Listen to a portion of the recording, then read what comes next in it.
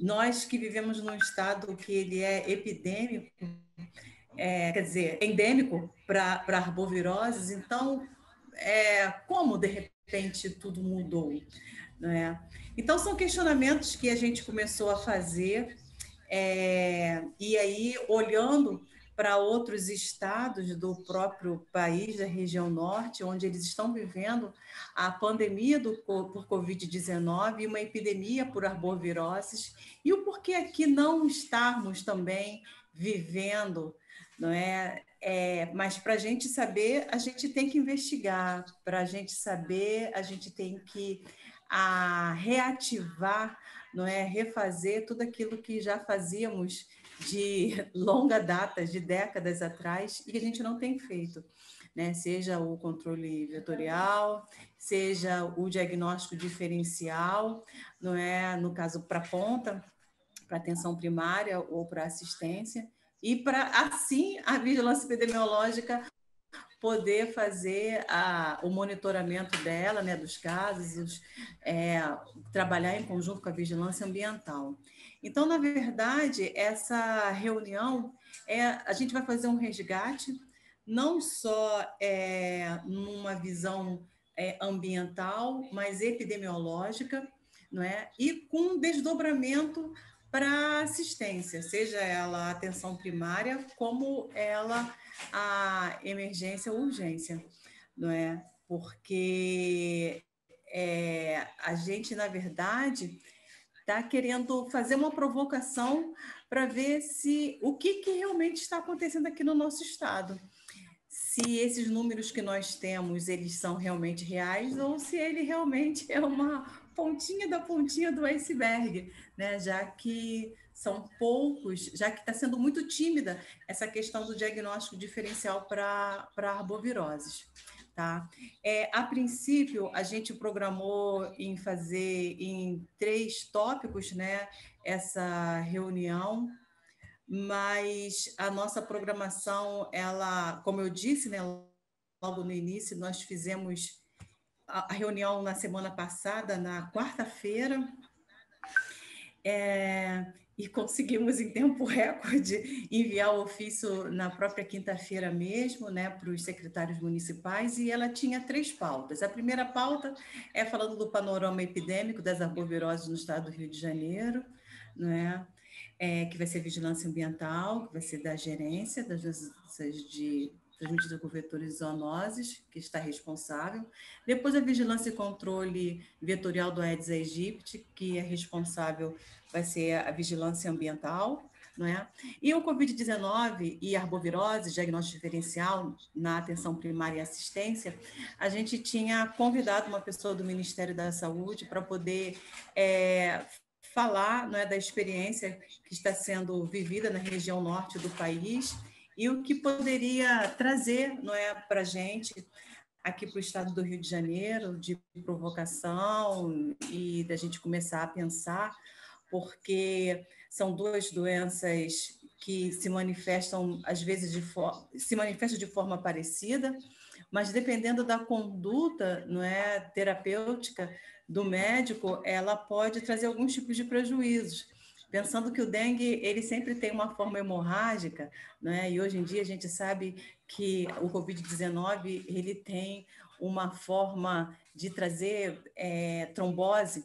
E aí, só assim, pensando nessa questão, caraca, já pensou se eu, no caso assim, um médico, ele pensa que é Covid e essa pessoa está com uma co-infecção também, com dengue, e ele acaba prescrevendo uma medicação anticoagulante e pode acabar agravando a questão do dengue. Eu só estou falando só de um pontozinho, não é mínimo, mas que pode trazer diversos prejuízos. Eu vou ser rapidinha, porque a Gabi já falou muito. Eu sou Patrícia Meneghetti, eu estou na coordenação de vigilância ambiental, onde fica a divisão de controle vetorial. E aí, assim, essa reunião realmente é um start, né? Um pontapé inicial para a gente retomar essa questão de arboviroses no estado, porque nesse último ano ela ficou bem negligenciada, e eu tenho o grupo de vocês e eu vejo a angústia de todos, mas eu acho também o mais importante assim, é da gente se unir, tanto epidemiologia, quanto ambiental e quanto assistência, para a gente poder combater, continuar nessa luta, que é a questão de arboviroses, que por mais que o Covid esteja aí, veio para ficar, o arboviroses também nunca vai deixar a gente. Então, assim, é uma honra, em nome do Dr. Mário Sérgio Ribeiro, porque eu tenho certeza que ele gostaria muito de estar aqui da superintendência, dar as boas-vindas para vocês. Mais uma vez, vou agradecer a presença de todos aqui, né? A adesão está bem legal, nós estamos com mais de 150 pessoas. Eu espero que seja bastante proveitoso para todos nós. E eu vou, como eu já tinha falado antes, né, no início, hoje, para mim, está sendo um aprendizado aqui, me localizar nessa plataforma, então eu vou pedir a vocês que me auxiliem. Eu vou tentar não, eu vou compartilhar a apresentação, aí vocês me digam, por favor, se está tudo certo, se vocês estão vendo, ok? Vamos lá. Aqui.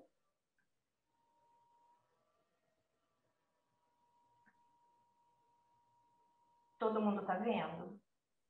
Está em tela inteira, gente? Está em tela inteira. Beleza. E só para comunicar a vocês... Está em tela inteira. Obrigada.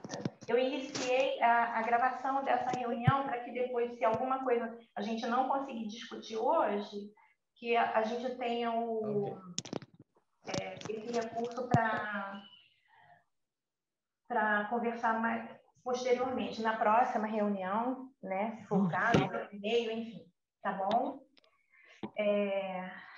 Bom, vamos lá. Obrigada, gente.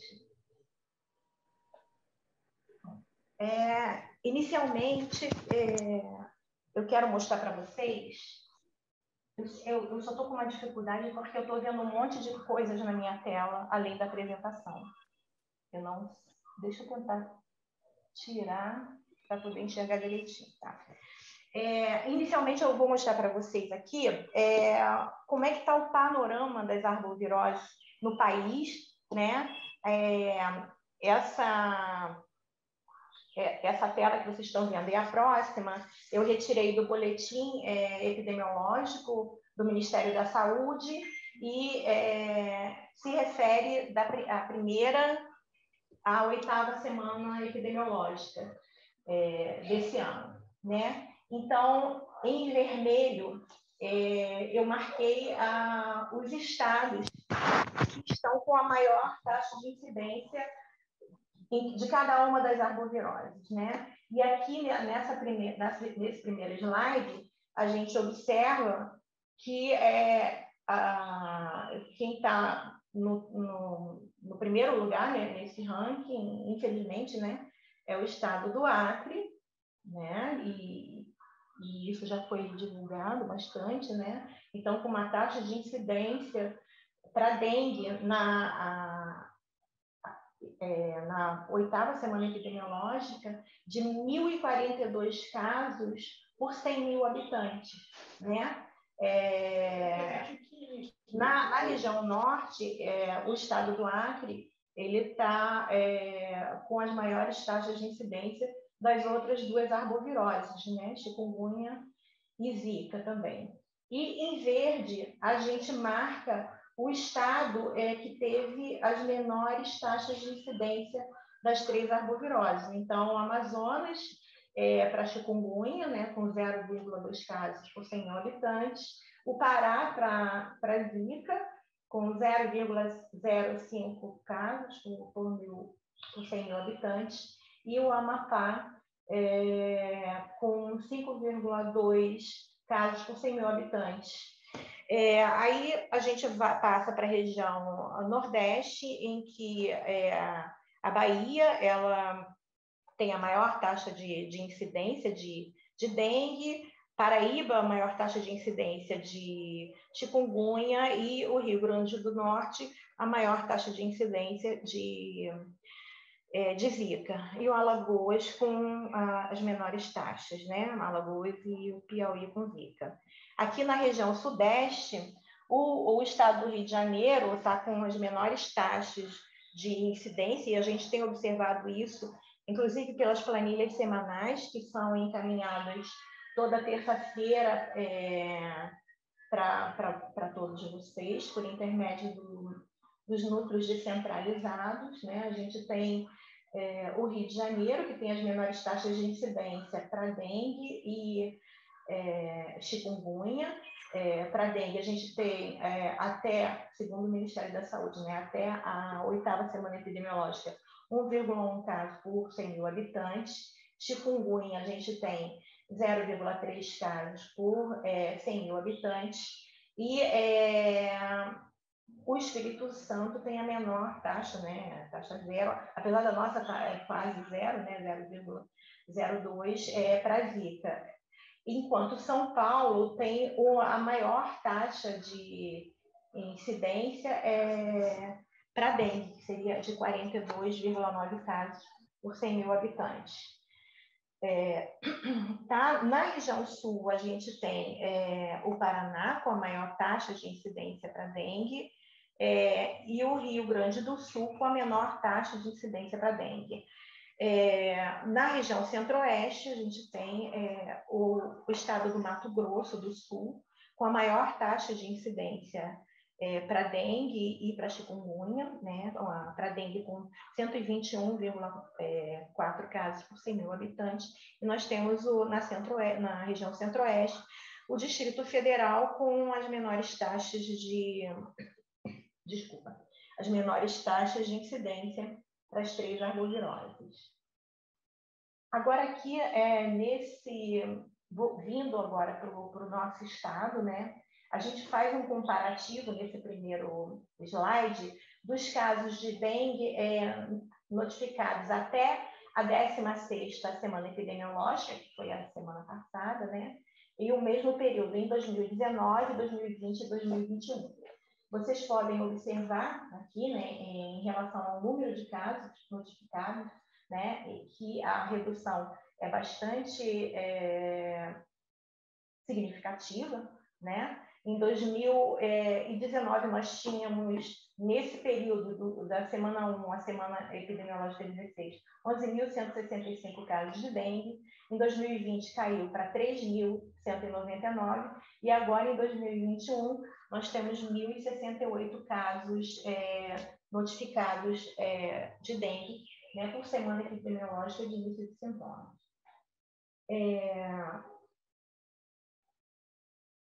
Aqui nesse gráfico, a gente vê a incidência acumulada de dengue por semana epidemiológica de início de sintomas nos anos de 2019, 2020 e 2021. A gente observa aqui, como vimos no gráfico anterior, né, uma queda substancial na incidência de casos do ano de 2019 até aqui, né, o ano 2020 até o ano de 2021. Em relação à chikungunya, nós temos aqui também uma redução bastante significativa no número de casos notificados por semana epidemiológica até a semana 16. Em 2019, 29.400 casos, em 2020, 2.900 casos, e agora em 2021, 158 casos de chikungunya notificados no Sinam online. Aqui a gente, nesse gráfico, tem a incidência acumulada nesses anos, para a gente observar a queda, né, aqui no gráfico, em 2019, 2020 e 2021, né, 0,1 casos notificados por 100 mil habitantes. Já com relação à Zika, a gente também observa uma queda na notificação de casos de Zika durante esse período, né, 2020 e 2021, período de pandemia, e como estava em 2019, antes do início da pandemia. Então, em 2019, eram 519 casos no estado do Rio de Janeiro notificados, em 2020, 92 casos, e 2021, até a semana epidemiológica 16, semana passada, nós temos 23 casos notificados no Sinal Online. No Sinal Online não, Zika é no Sinal. Aqui a gente tem a incidência acumulada de Zika e a gente observa também, né, uma queda substancial no registro de ocorrência de casos, né? A gente tem aqui em 2019 0,6, 2020 0,1 e 2021 menos de 0,1 casos por 100 habitantes, né? Oi? E nesse último gráfico, a gente sobrepõe as três, a incidência acumulada das três arboviroses, né? E aqui a gente ainda acrescenta 2018, né? Então, a gente observa que dengue, chikungunya e zika têm uma queda bastante acentuada aqui no ano de 2021, né? Esse gráfico, a gente tem a incidência acumulada desde da primeira semana de 2018 até a semana 12 de 2021. Ok? Aqui nós temos três quadros, né? Três quadrinhos mostrando o número de casos prováveis notificados no Senan por região. Então, a gente observa que em 2021, com relação à dengue, a gente teve uma redução de 66% dos casos em relação ao ano anterior, né? Então, a gente observa aqui que houve uma redução de casos notificados, casos provados notificados, em todas as regiões, tá? E a gente observa também que o maior número de casos, número absoluto de casos notificados, estão registrados na capital, né, de dengue, na capital, na região da Baixada Litorânea e na região do Médio Paraíba. Okay? Com relação à chikungunya, a gente também observa uma redução ao longo desses 3 anos, né, na notificação de casos prováveis de chikungunya. A gente observa que essa redução foi de cerca de 94% na notificação de casos prováveis de chikungunya. A gente vê que houve redução em todas as regiões, né, ao longo desses 3 anos, e agora no ano de 2021, até a semana 16, a gente observa que o número de casos notificados, eles predominam aqui, especialmente na capital, né? Na capital, a gente também vê um número razoável de casos na região metropolitana 2, e na região da Baixada Litorânea, tá? A noroeste também, da Baixada Litorânea e noroeste. Mas a gente deve observar que em relação ao ano de 2019, antes do início da pandemia, né, a redução foi bastante grande. E aqui no meio, em relação à Zika, a gente observa que houve também, como eu já tinha mostrado nos outros gráficos em separado, uma redução do número de casos notificados, cerca de 75% dos casos, né? Cerca de 75% dos casos. Tem um jeitinho aqui de eu mostrar, né, um pointerzinho, né? Eu só não sei como é que eu faço para... não sei usar não.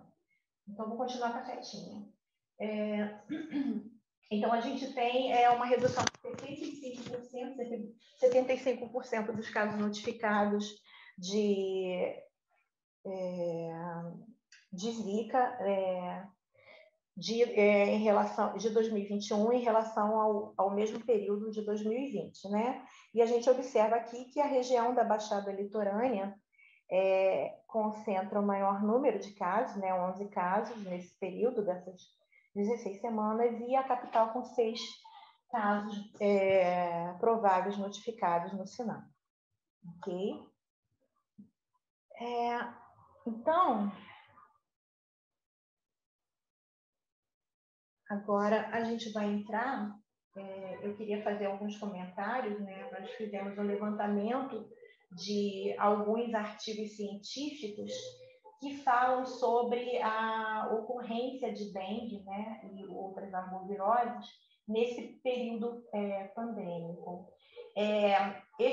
Eu vou deixar aqui para vocês alguns desses artigos. Existem inúmeros outros artigos, né, mas aí falam basicamente a mesma coisa, com algumas particularidades, mas, assim, esses artigos que eu estou colocando aqui para vocês só foi para dar um start para que vocês possam fazer essa busca também, esse estudo. E como a Gabriele falou, a gente tem pessoas com o microfone ligado.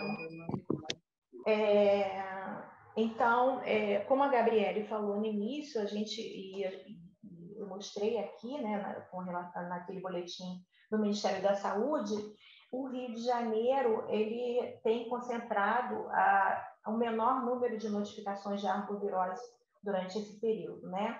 E a gente observa que em outras regiões do país, em outros países endêmicos para as arboviroses, e aqui especialmente para a dengue, estão ocorrendo surtos e epidemias nesse período, né? Então, vou falar rapidamente retirei desses artigos alguns trechinhos para a gente poder observar, né? Então, a gente sabe que no Brasil costuma ter um aumento de casos de arbovirose no período de altas temperaturas e de chuva, né? E em grande parte do país, o que foi observado é que houve um incremento dos casos de dengue nesse período, mas também houve ascensão do número de casos de Covid, né? Então, essas duas síndromes febris, né, ocorrendo ao mesmo tempo em diversos municípios, em diversos estados, né? E essa coincidência da co-circulação desses vírus, né, torna bastante difícil o diagnóstico diferencial, porque depois até o Pedro pode falar melhor sobre isso, né? Pelo menos os sinais e sintomas iniciais das duas viroses, eles são bastante parecidos. Então, o que dificulta o diagnóstico diferencial, né? Então, dengue e Covid, eles têm um período febril, né? E depois uma fase crítica, ambas as viroses são sistêmicas, né? E os sintomas iniciais, eles podem ser semelhantes. Existem ainda poucos estudos associados a essas co-infecções, né? Do coronavírus e de arbovírus, né? E o que a gente observa nesses artigos é que a co-infecção ela pode aumentar a gravidade da doença no paciente, das doenças no paciente. Então, o quadro clínico dos pacientes, eles podem, com esses sinais sobrepostos, né, eles podem se agravar. Aqui,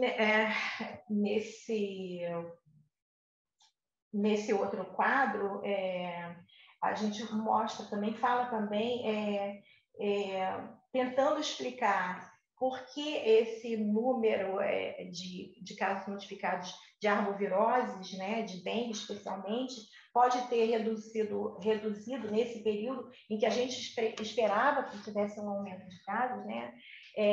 E aí existem várias hipóteses.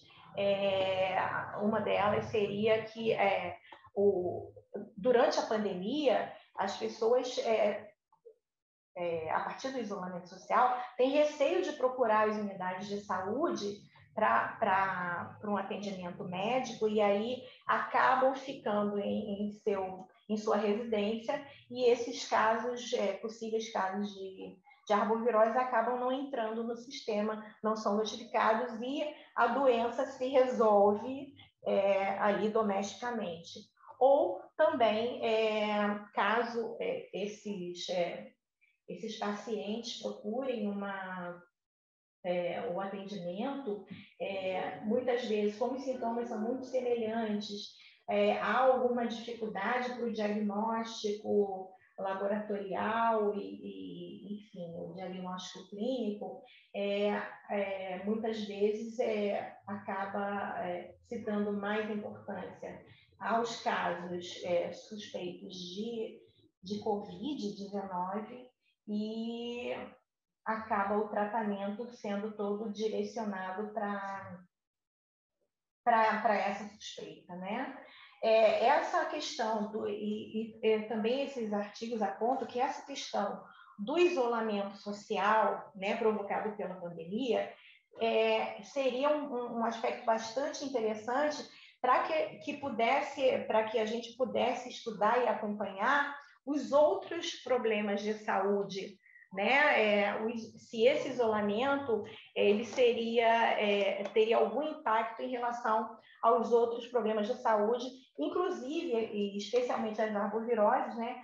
Cujo o vetor principal, né, do arbovírus, o Aedes aegypti, ele tem um hábito endofílico, então as pessoas se voltando para o seu domicílio, elas estariam, se não tiver o devido cuidado para o combate aos reservatórios, né, a eliminação dos reservatórios, se as pessoas em isolamento, elas acabariam sendo infectadas pelo vírus, né, da dengue ou outra arbovirose, transmitida pelo outro arbovírus, transmitido pelo Aedes aegypti, ou então as pessoas em isolamento social com maior tempo para cuidar do seu ambiente, elas poderiam também, de forma contrária do que eu falei agora, tomar mais cuidado e procurar eliminar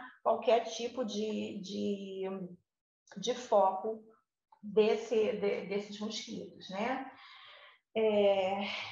Enfim, é mais ou menos isso que esses artigos falam. Gente, Patrícia e Gabriele, eu não estou me controlando com relação ao tempo. Me deem, por favor. Não, eu não estou controlando também não, Cris, mas eu acho que é super importante. Pode continuar, só tem 2 apresentações. Ok, tá bom. Então, é verdade, eu acabando nem controlei também. Acho que está indo bem. Tá bom, gente. Então, aqui nós montamos um quadrinho, né?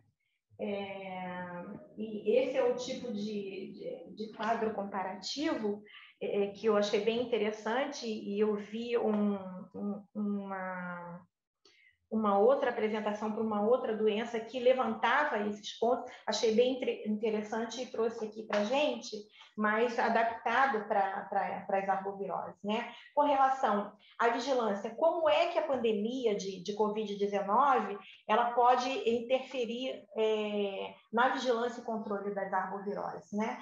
Inicialmente com a pandemia, houve uma restrição das ações de vigilância, né? Por conta do isolamento social. Então, houve uma restrição das ações de vigilância, especialmente da vigilância de ambiente, né? Houve também um deslocamento de muitos profissionais de outras áreas, né? Para auxiliar a sua secretaria nas atividades voltadas para vigilância e controle da pandemia, né? A gente viu isso na Secretaria Estadual de Saúde e com certeza vocês devem estar vendo isso no município de vocês, né? Então, essa questão das restrições, né, sanitárias também levaram algumas limitações nas ações previstas tanto dos agentes comunitários de saúde, né, que atuam na atenção, quanto dos agentes de combate às endemias, e aí os nossos colegas da Divisão de Controle de Vetores vão falar melhor sobre isso depois de mim, né? Então, houve limitação nessas atividades, né? E ainda em cima dessa rotina das visitas, existe também o receio da população em receber os agentes, né? Em sua residência, por conta dessa questão do isolamento social, né? E também pela sobrecarga do serviço, dos setores de saúde, tanto a assistência, né, quanto a vigilância, a gestão, enfim, acaba acontecendo um retardo nas informações sobre as arboviroses e outras doenças até, porque, obviamente, no período pandêmico, com tantos óbitos ocorrendo, o repasse das informações, a urgência no repasse das informações está sendo voltada para a Covid-19, né? Que é o que há de se esperar. E em relação à assistência, a gente também observa, e a gente tem os colegas aqui lá da secretaria, e tem outros colegas dos municípios aqui, podem também corroborar com esse item, a interrupção de vários serviços, né, de assistência para poder deslocar os profissionais para as atividades voltadas para a vigilância e controle e manejo de pacientes para a pandemia, né? Fora a sobrecarga no sistema de saúde, né, e que a gente está observando isso no país todo, né, como um todo, o retardo na busca da população por atendimento para tratamento das arboviroses, que isso está demonstrado também nesses artigos que eu mostrei para vocês, e a dificuldade do diagnóstico oportuno, né, o diagnóstico precoce e o tratamento desses casos, até porque está havendo, tem casos de co-infecção, né, o mesmo indivíduo com dois vírus, né, o arbovírus e o SARS-CoV-2, né, a gente também, com essa sobrecarga do sistema de saúde, há uma dificuldade de você conseguir exames laboratoriais, exames de imagem para poder ajudar o diagnóstico, né? E algumas observações importantes, isso além de outros aspectos, né? Eu coloquei aqui alguns. Então, o que é importante a gente lembrar é que quando ocorrem as sindemias, né, 2 ou mais infecções coexistem no mesmo local e no mesmo intervalo de tempo, né, a interação dessas infecções, elas podem causar danos maiores ao paciente do que o que seria causado pela doença individualmente, né? Por cada doença individualmente. Então, assim, é extremamente importante considerar a abordagem epidemiológica adequada para lidar com esses pacientes, né? Então, fazer uma abordagem sindrômica, ambas as doenças são síndromes febris, falando aqui de dengue e Covid-19, por exemplo. Então, utilizar o diagnóstico diferencial para que seja possível uma correta abordagem clínica, né? Enfim, e aqui a gente está falando que existem manifestações nas arboviroses e na Covid que são bastante semelhantes, podendo complicar tanto o diagnóstico, né, correto e o tratamento, o manejo desse paciente. Então, como eu já tinha falado, manter uma vigilância de síndromes febris, observar notificação e investigação em tempo oportuno, né? A execução, a implementação dos planos municipais de contingência das arboviroses, que todos os municípios também já atualizaram, e a Secretaria Estadual de Saúde, né? Implementar uma sala de coordenação, de controle para enfrentamento das arboviroses, dos grupos técnicos, manter as reuniões desses grupos técnicos, né, para o enfrentamento das arboviroses é de extrema importância, né? Manter as ações intersetoriais para o controle vetorial do Aedes aegypti, né? Sobretudo nas localidades com maiores índices de infestação predial, organizar de uma forma mais eficiente a rede de assistência, né, para garantir o acesso e o manejo clínico adequado dos pacientes, qualificar os profissionais tanto da vigilância quanto da atenção, né, assistência para o acolhimento, para as ações de investigação, de vigilância, para o diagnóstico e o tratamento desses pacientes, para que eles possam ser classificados adequadamente e para que na notificação a gente possa ter o maior número de informações possível, para que a gente depois possa analisar todo esse quadro que está ocorrendo, né? Também é muito importante que haja uma divulgação para toda a população e para os outros profissionais de saúde, né, sobre as medidas nesse caso, de autocuidado, que eu estou colocando aqui, né, especialmente sobre hidratação oral, no que diz respeito, né, à dengue, por exemplo, reforçar todas as ações que devem ser realizadas no período não epidêmico, para que a gente possa ter um controle maior, né, na transmissão das arboviroses, né, com a participação de todos os setores, não só da Secretaria de Saúde, como da sociedade e de outros entes governamentais, né? É importantíssimo a notificação de todos os casos com sinais de alarme, os casos graves, de arboviroses, né, e os óbitos, a investigação, a notificação imediata, né, dos óbitos de dengue, zika, chikungunya, que porventura venham a ocorrer, e investigar de forma imediata esses óbitos, né, suspeitos por arboviroses urbanas, utilizando o protocolo de investigação dos óbitos, né, desses óbitos. Tá. Lembrando a vocês que caso os municípios não tenham condição, não tenham um grupo de avaliação, de investigação de óbitos, eles podem solicitar à Secretaria Estadual de Saúde apoio para essa investigação, tá bom? Dos óbitos. E era isso que eu queria falar para vocês. Agradeço a presença de vocês e nós da Secretaria Estadual de Saúde estamos trabalhando integrados e estamos disponíveis para colaborar com todos vocês. Obrigada, tá? Bom dia a todos.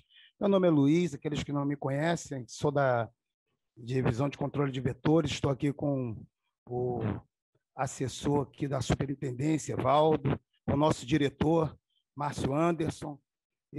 Estamos aqui também com Cole, Carlos, que fazem parte aqui do nosso setor técnico, para juntos a gente poder nos posicionar em termos da ação de controle de vetores das arboviroses no estado do Rio de Janeiro. É um prazer estar com vocês.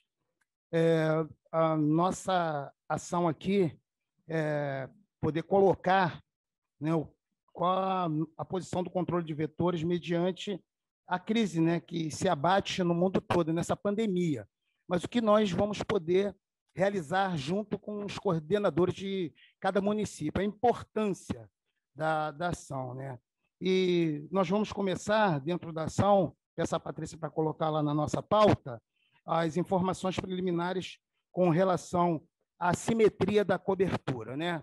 Nós colocamos o primeiro ponto, a simetria na cobertura, ou seja, nós temos um teto, né? A nossa meta mínima de cobertura 80%, e nós conseguimos perceber que nos 92 municípios essa ação de cobertura não tem correspondido. Sabemos, claro, que a pandemia é o grande influenciador da coisa, mas, de qualquer maneira, nós precisamos saber as dificuldades de cada município, o setor de de informação da secretaria que recebe essa cobertura, nós temos conversado e alguns municípios não têm conseguido informar em tempo real, né, essa cobertura.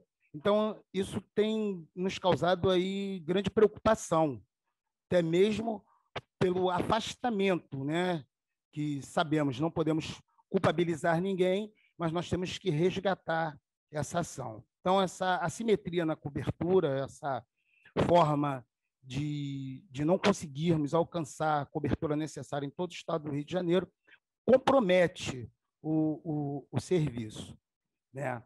Também, o segundo ponto é saúde do trabalhador, né? Nós precisamos, dentro da saúde do trabalhador, saber quais as condições, até mesmo nessa época de pandemia, como é que estamos utilizando o equipamento de proteção individual de cada trabalhador, que nós queremos ter ciência, e para isso até nós estamos objetivando reuniões agora regulares com os coordenadores, né? Já estamos programando isso, a nossa base, até mesmo por causa da vacina, que já estamos dentro desse curso, sendo vacinados, e para a gente poder estar interagindo um pouco mais nos municípios. Claro que teremos que fazer uma programação bem concreta da coisa, vamos procurar analisar, mas a saúde do trabalhador, a título de tudo, vai ser muito importante. Então, é algo que nós teremos que discutir, né? E essa saúde do trabalhador, exatamente o ponto 3, que é a retomada das ações com a vacinação, né?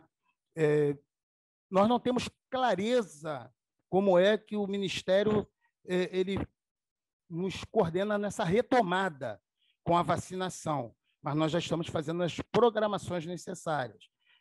E é importante que a presença do Estado, né, fisicamente, em loco, ela se dê.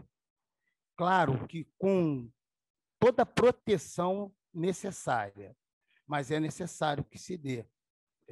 Hoje, em virtude da pandemia, os dados, os conhecimentos, as ações, elas ficaram um pouco distantes, né?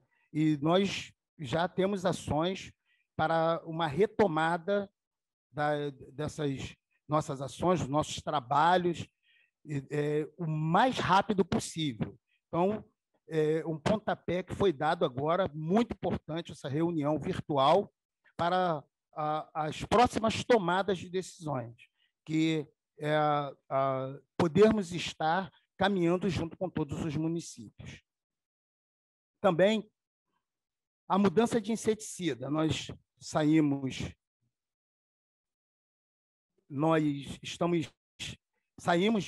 do organofosforado, né? Estamos indo para um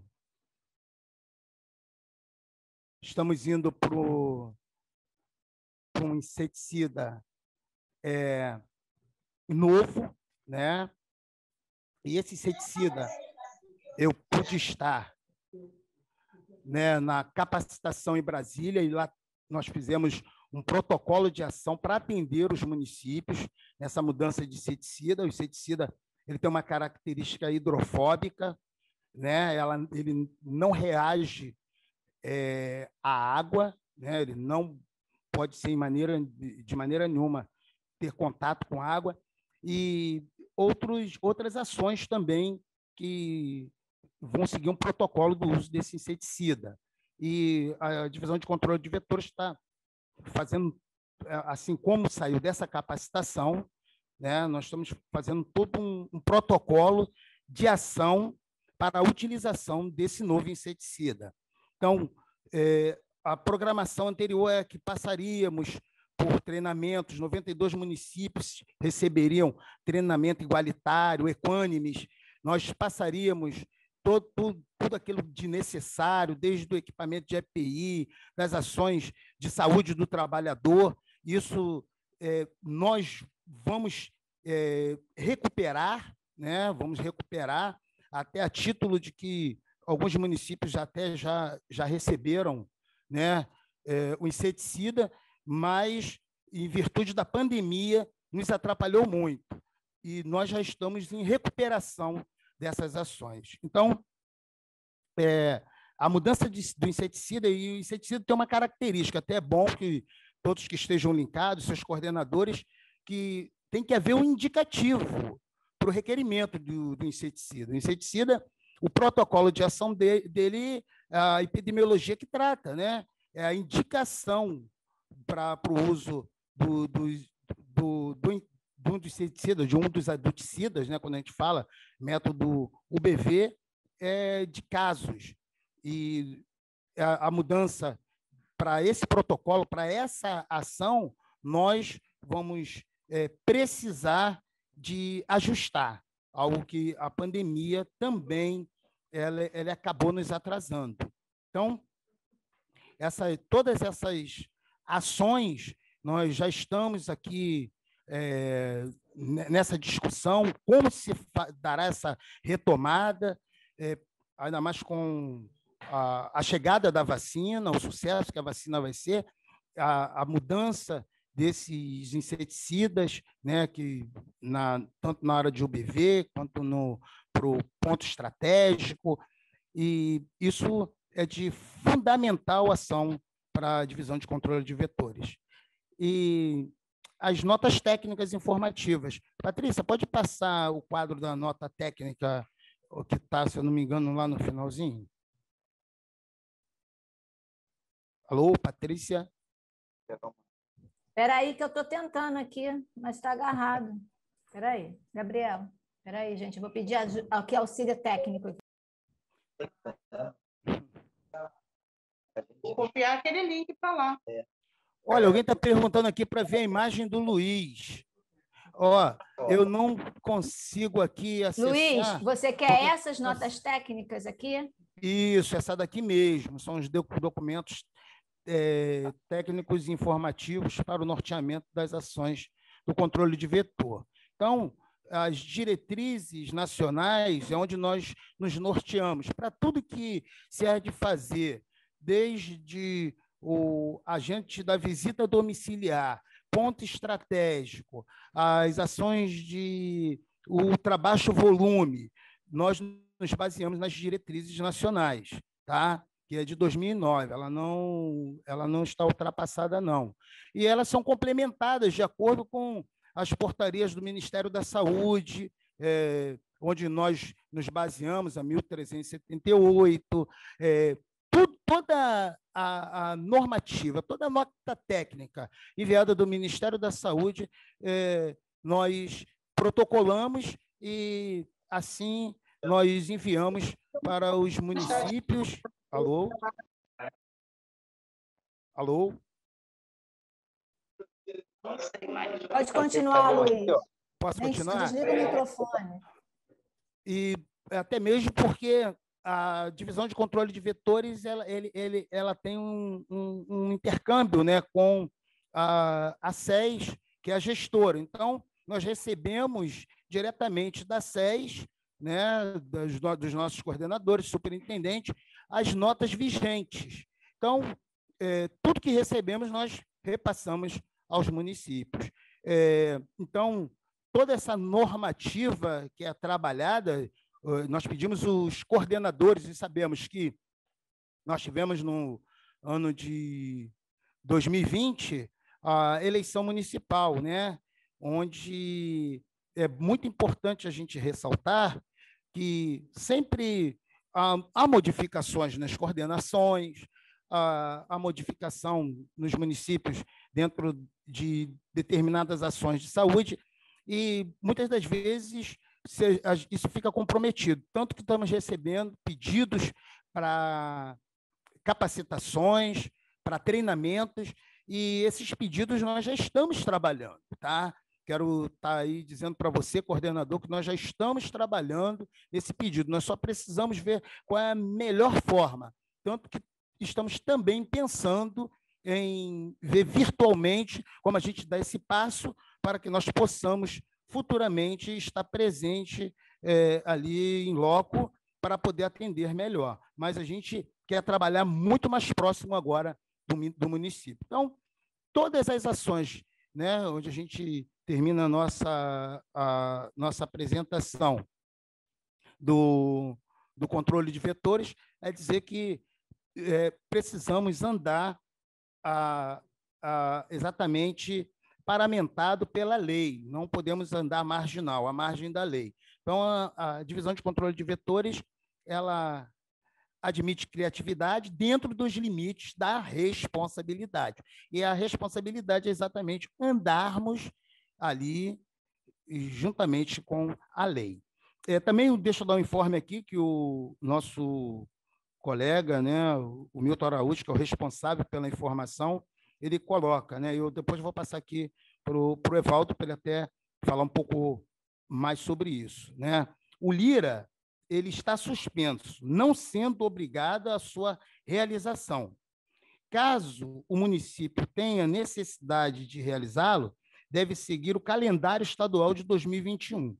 Os próximos levantamentos podem ser realizados de 2 a 8 de maio, de 1 a 7 de agosto ou de 17 a 23 de outubro. E observar a segurança dos agentes e moradores. 3.